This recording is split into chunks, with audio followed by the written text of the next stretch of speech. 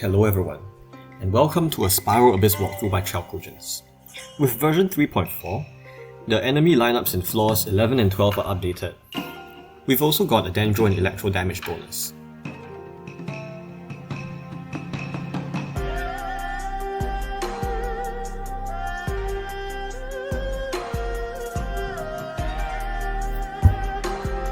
I'm going to bring a Scaramouche team for the first half. Because I don't have Farazan built, I'll use Yelan instead, because her A4 passive still increases the damage of the active character. For the second half, I will bring a Nahida Hyperbloom team with her, Xingqiu, Beidou, and Fischl. Most enemies are just DPS checks, but the Abyss Herald on the Chamber 2 second half has a Hydro Shield that is most effectively broken by Dendro, and there's also an Electro Regisvine with a shield broken by Dendro, Cryo, or Pyro with about equal effectiveness. So make sure you bring a character of corresponding element for the second half.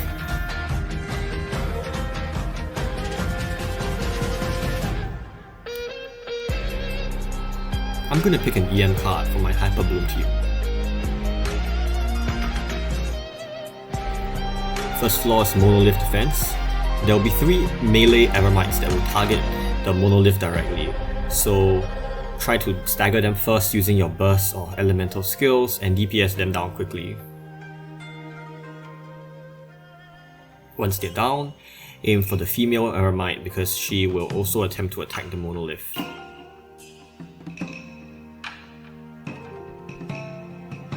Final enemy you might want to aim for is the Eremite Archer, who doesn't seem to target the Monolith but targets you.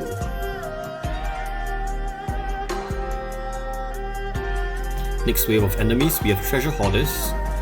You can usually opt to aim for the melee Treasure Hoarders first, as they will beeline towards the Monolith, these hammer wielding guys. Once they're down, quickly try to finish off the melee Eremite because he might target the Monolith alongside you. But if he has too much HP, it's best to focus on the Potioneers first, as they will throw lingering damage potions that will deal percentage damage to the Monolith over time.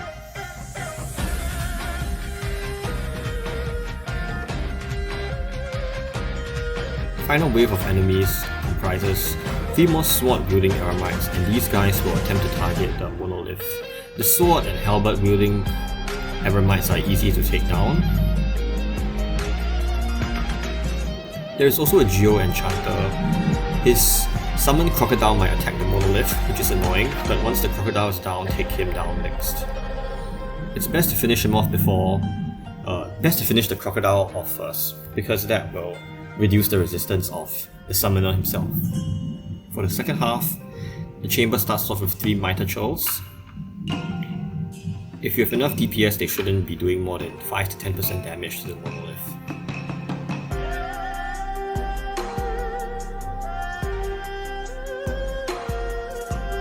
Next enemy that spawns is a huge Lava Churl. This Electro Lava Churl targets you and not the Monolith, so make sure you don't stand between it and the Monolith.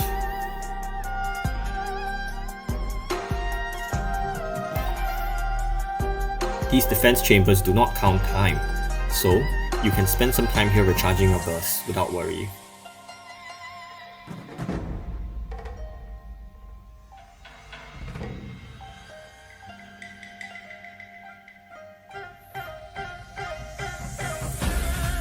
Moving on to Chamber 2.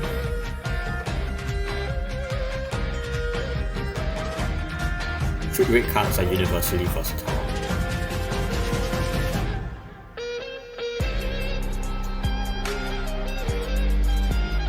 The first wave of enemies are these Viscep hatchlings from Enkanomiya. You want to DPS them down quickly, because their attacks can drain the energy of your active character.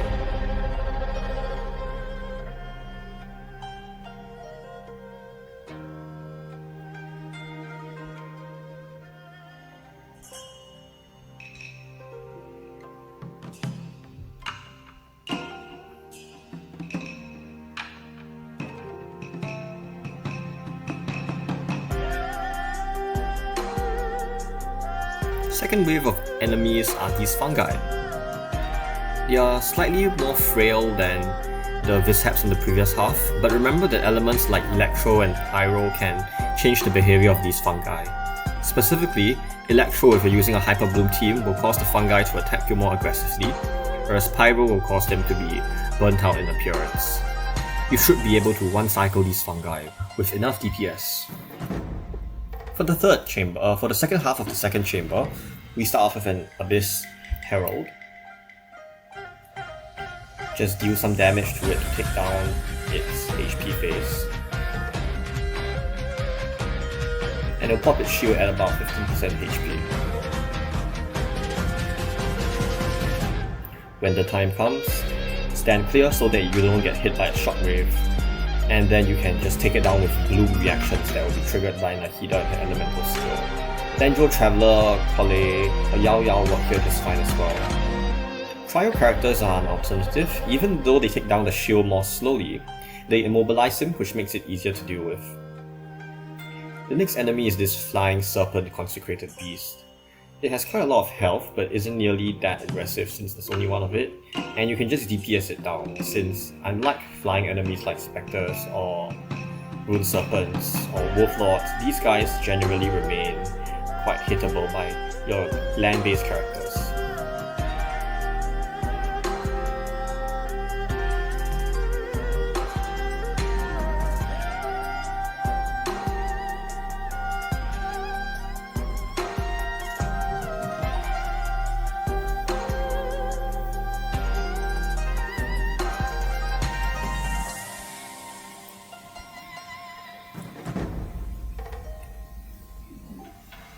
Now for the third half.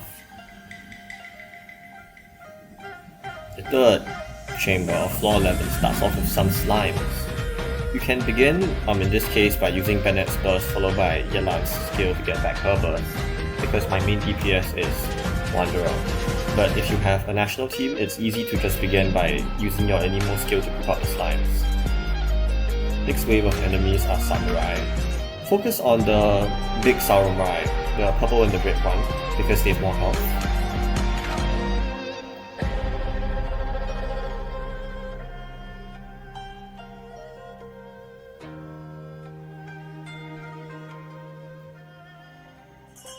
In the past, their respawn mechanic was more worrying, but in this case, you can see I triggered the red Samurai's respawn mechanic, but his health is still pretty feeble.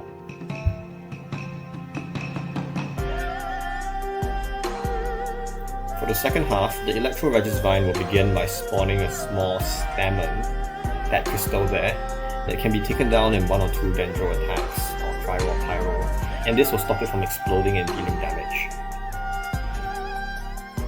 It starts off by summoning a shield on its Corolla, which is basically its hit, and you can attack the shield whenever it lowers its hit in certain attacks like these ones.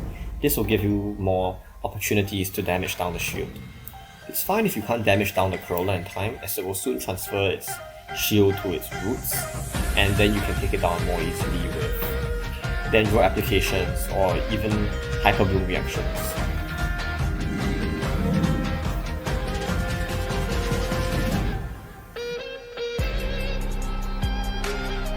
Remember that Nahida's normal attacks only apply Dendro once every 3 or 4 attacks, so you might want to weave in 1 or 2 charge attacks in the midst if you have the stamina. Once the shield's down, it should be easy to DPS the Electro Regisvine, and that's a nifty 9 star for floor 11.